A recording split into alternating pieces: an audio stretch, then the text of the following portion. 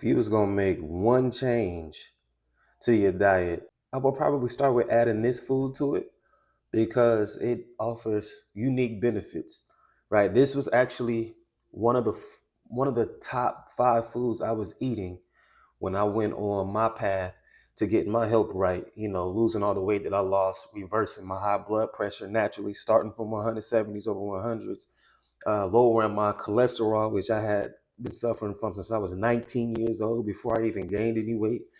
Uh, I was pre-diabetic, which is significant coming from a family where diabetes runs on both sides, right? I'm not saying this food alone did it, but this food played a significant role. And I made it an effort to eat this food every day or close to every day, right? Like at least 5 times a week. Out of a 7-day week, I ate it at minimum 5 times a week. So in this video, I'm going to share the benefits of this food and how it interacts with your body and why and how it's so powerful. And I'm also going to share with you the best ways to consume it because you can consume it in a way that, well, you don't get any of the benefits. You can consume it in a way that actually causes harm. And I'm also teach you the best things to pair it with. All right, so what's the food we're talking about? We are talking about flax seeds. Okay? Flax seeds. Why? So what is it with flax seeds? The thing is, this is like this food goes way back. You can see them talking about flax in the ancient times. So not only is it the most useful biologically, but they used to use it for clothes and all kind of stuff back in the day. Right? A king somewhere who mandated it being a law that they had to cultivate this flaxseed and consume it for their military because he understood the benefits of it back then before science caught up to the benefits of flax seeds very, very recently in human history. What had put flax seeds on my radar, right, was seeing it be such a rich plant-based source of omega-3 fatty acids, lignans, which we're going to get into what that's about, right? And there's a lot of controversy around lignans too, and of course fiber, uh, and the different minerals in there, like the magnesium, the potassium, the selenium. You're not going to find any other food that is as rich in omega-3 fatty acids and lignans and fiber at the same time. You're not. This food has the most SDG lignans in particular, right? And so what does this do? When you consume foods, when you consume the flax and the SDG lignans, you consume that, your gut, assuming you have an efficient gut, which we're going to get into that a little bit too, how to make your gut more efficient.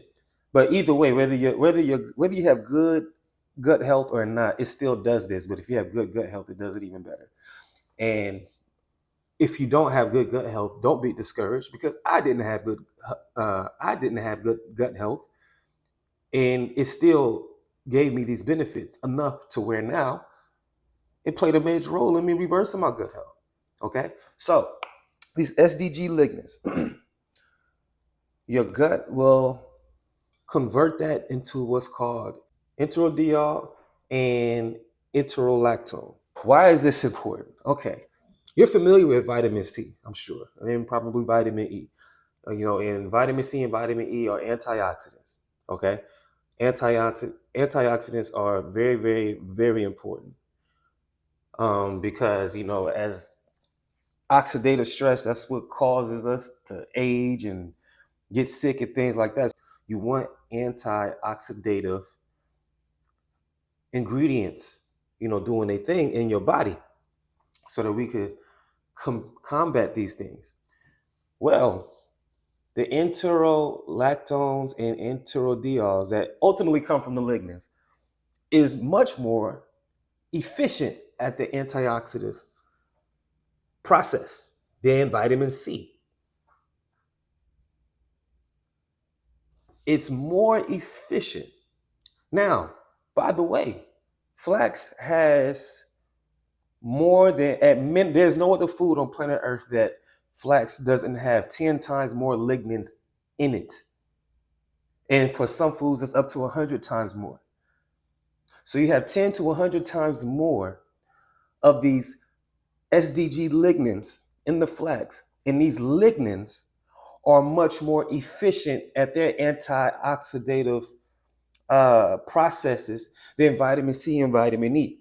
So you want to talk about healing it, like when we catch a cold or we get sick, we get the flu or something. We was taught to drink orange juice and get some lemon and stuff like that because of the vitamin C. And the vitamin C, it was the the antioxidant properties that help heal you from your virus and things like that. So we're talking about the lignin itself is already more efficient than it, and then it has almost 10 to 100 times more of it in there. So we're talking about 1,000x more efficient process for antioxidants in the body. That is superpower. That's super. So you're only gonna get this type of return on investment for your biological health in flax. Also, the ALA omega-3 fatty acids. Okay, very important for the brain. Omega-3 fatty acids. I don't even have to get too far into why that is beneficial and important. There's a lot of research on that. It's pretty commonly known. Omega-3 fatty, but what I will remind you of is this: omega-3 fatty acids, very powerful for lowering blood pressure. So powerful that if you already have normal or relatively low blood pressure, you may want to ease off of omega-3 fatty acids. Normal, I mean, you'll probably be okay. When I say you want to ease off of omega-3 fatty acids, I don't mean from food, I mean from supplements. When you focus on getting 100% of all the vitamins and minerals and fatty acids and all of these things from food, it's next to impossible to have too much of something. Not saying it can't happen, but it's very difficult to do because the Most High set it up in a way to where He has some type of component in all of the foods that balances these things out. It's only when we start to try to rely on supplements and things like that we can overdo things. Okay. So with that being said, when I say if you have if you have normal blood pressure or relatively low blood pressure, omega-3 fatty acids could potentially be something. 9 out of 10, 9.5, 9.9 out of 10 chance that you will be okay if you're getting it from food. Now, if you're supplementing, that's another conversation. My goal, like I said, was to lower my blood pressure naturally. I didn't want to go on medicine. Now I'm gonna tell you something else about the omega-3. About these flax seeds. With the combination of the fiber, right? Because it's a plant-based food. It's a plant food, right? So, boom, it has fiber. Very important for the gut. Feeds good gut bacteria. Helps produce short chain fatty acids, which help trigger the right hormones to lower your blood pressure. Okay. So we got the fiber. We got the omega-3 fatty acids. We got the lignans. And the omega-3s and the lignans, what they also do is help relax your endothelial lining, like in your blood vessels, which allows the blood to flow in a more relaxed vessel. Like a lot of our blood vessels and veins are so tough and rigid and just saturated in cellular crust, which is something I'm talking about in my new book, Cellular Crust Theory. It gets rid of all of that, right? It gets rid of all of that in a very powerful way, very effective. Let me tell you how effective flax seeds are. Flax seeds are so effective. They did an actual scientific study on this, and they gathered a lot of people who were hypertensive, which is to say they had very high blood pressure. They had two groups. One group, and so in one group, they fed them the flax seeds, right? I can't remember if it's 1 or 2 tablespoons. But they fed them the flax seeds, and in the other group, they fed them something that resembled it, like a placebo. The group that had they didn't tell them what they were feeding them. In the group that was fed the flax seeds, the results were similar, and in some cases even better than antihypertensive medication. It was better than blood pressure medicine, just from this food alone. I'm just talking about flax seeds, right? Because there's a lot of foods that I adopted in my diet. Excuse me. That I made sure to include every day. But I just wanted to dedicate one video. I want to dedicate particular videos to the foods that was the strongest. I want y'all to have a deep understanding of what went into my thought process when choosing these foods. And I'll be honest, a lot of these things I didn't necessarily know at the time, right? So like even like with these flax seeds, I knew I knew about the lignans and omega threes and fiber in general. I wasn't aware how fiber affected blood pressure until I nerded out, started studying later. I was kind of aware of lignans. I knew it was beneficial, just didn't know exactly how. As a matter of fact, I was more weary of lignans because I was also seeing how people were saying how the estrogenic effects it can have and it can lower testosterone. And as a man, I don't want to lower my testosterone, right? However, from both personal experience and studying, I see that that is overblown and oversimplified. And as a matter of fact, even as a man, you want some estrogen in you. And with this, is more of phytoestrogens than actual estrogens. Going into that could be a little complex, but basically, just understand that first of all, some of the benefits we look to get from testosterone is found in estrogen. Like we need if you have too as a man, even if you have too low estrogen, it can affect your libido and your sex drive. Right? Now we know that testosterone helps with that. And perhaps too much estrogen uh, is a bad thing for that. But too low estrogen is a bad thing for that as well. Okay? Very beneficial because it's phytoestrogens. It's not like estrogens. Saying it's a weaker version of estrogens is kind of that's not the most accurate way to describe it. I had to make a whole other video to break down phytoestrogens and estrogens, but just understand that eating flax seeds is not going to have you growing man boobs and feminize you and things like that. Okay, I can tell you from personal experience, no robust science shows that. So there's that on that. I want to talk some more about flax seeds, though, not just with blood pressure, but with the brain, right?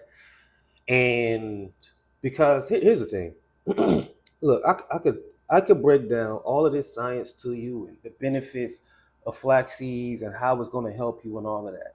But at the end of the day, if you don't decide to move forward with it, if you don't decide to make it a part of your regimen, if you don't have the discipline, right? If you can't stay motivated to take action on what I'm talking about, then it doesn't matter. And the reason why one may struggle with that, and I really need to pay attention if you feel like that's you, right? Because I talk about the I talk about the six stages, the 6A stages, right? We have awareness when we become aware that something is not right, whether we step on a scale or we become aware that we're overweight, we go to the doctor, we become aware that we got diabetes or high blood pressure, whatever the case is, you become aware. That's the first stage. Second stage is the attempt, when you attempt to fix it, right? And then the third stage is adversity, because in your attempt to fix it, you realize that this is harder than you thought, and the way you went about fixing it didn't work. Right? And then you go on to the fourth stage, which is autopilot, which is basically you going in between stages 2 and 3. You're attempting to fix it, and then you attempt to fix it, face adversity. Attempt to fix it, face adversity. Try to fix it, realize it don't work, and you stuck in this cycle. And I want to reach everyone before they get to stage 5. Stage 5 is the alarm. That thing that you became aware of, you now experience one of the worst case scenarios of it. So if you found out you was overweight, now you find out that your overweightness has led to diabetes or high blood pressure or high cholesterol or something like that. If you found out you had high blood pressure, now you didn't have your stroke, you didn't have a heart attack or something like that. That's the alarm stage. And then the sixth stage is it can go one of two ways. It's either acceptance, where you just say, it was just in the cards for me, it's nothing I can do.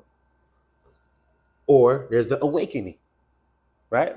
Where you realize, okay, how I've been going about this clearly isn't right. I need to really make a decision, and a tough one. And 9 out of 10 of us need to get into proximity of someone or some people, the environment, to where they know how to deal with these things. Okay? Many of you are in stage 4. And that stage 4 is autopilot, where you're basically toggling between stages 2 and 3. Attempt adversity. Attempt adversity. Try, fail, try, fail, try, fail. And it's because the way your biology is set up. First, your knowledge base and the way your biology, more importantly, the way your biology is set up, it's almost rigged against you. Not even just your biology, but your physiology, to be precise. Okay? Now, you likely have poor interoception. Interoception is our seventh sense. I know they taught you that we only have five senses with the sight and smell and touch and hear and taste, right? Interoception is the seventh sense, which means there's a sixth sense you didn't know about too, but that's another conversation. All right. But what's interoception? Interoception is your ability to understand the difference between a hunger signal and a thirst signal, right? I talk about the brain in our head, concentration of neurons in our heart, which is a brain, and the brain in our gut, hundreds of millions of neurons, all connected by the vagus nerve. And 80% of that communication travels upward, not downward. And when you have poor interoception, right, which is a symptom of poor gut health and poor health in general, a lot of miscommunication happens in that information sending that goes 80% upward. So it's, most of the time, it's your gut and your heart telling you what to do as opposed to your brain where all the logic resides. All the logic resides up here. You know, emotions and instincts is down here. And you're having these emotional decisions and poor gut instincts, which is driving you to make decisions that go against your best interest. Just think about it. Like, have you even asked yourself, why do you do things that you know bring you harm? You know logically it doesn't make any sense. You have poor interoception. That you poor interoception, along with likely leptin resistance, insulin resistance, and things like that, right? So we have to make those hormones more sensitive, and we have to improve your gut health and improve your interoception. Well, the lignans I talked about in flax seeds that go on to produce the intero, the enterodiol and the enterolactone. And those entero prefixes are different, right? The interoception is with an I. The other two things I just mentioned starts with an E. But these are protective. So they help prevent further damage of inflammation and oxidation. And they go all out your body, including your gut. So it's going to help improve your gut health, which will help improve and protect moving forward when the communication gets sent to the vagus nerve upward, that the communication is more accurate.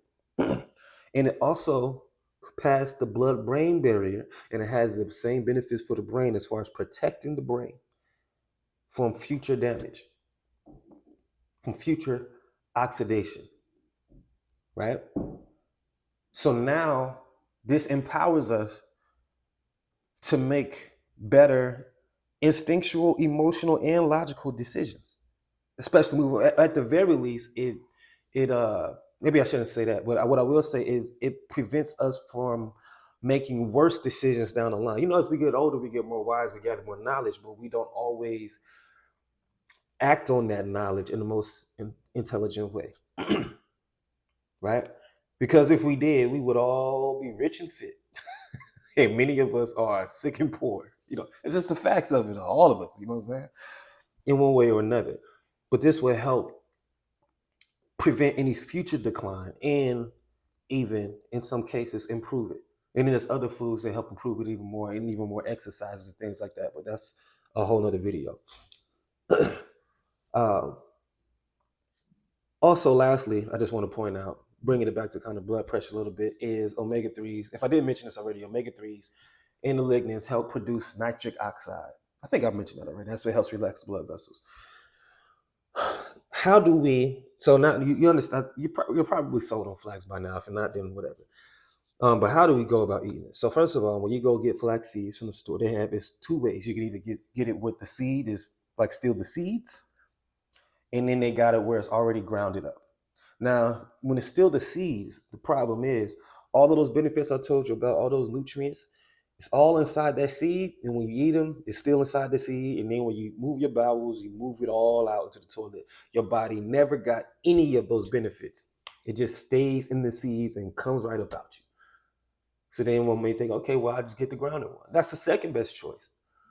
Problem with that is, uh, when they ground it in these commercial facilities, that the omega threes I was talking about, the ALA omega threes, it's a fragile compound, and what happens is when they ground it in these commercial places, it immediately gets exposed to the oxygen and the light, and then when that happens, a process called lipid peroxidation happens, which is a fancy way of saying it starts to go rancid.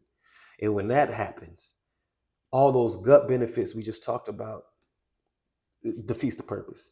If anything, it starts to make your gut health worse. Now, I will say this though, I wasn't aware of this when I went on my journey.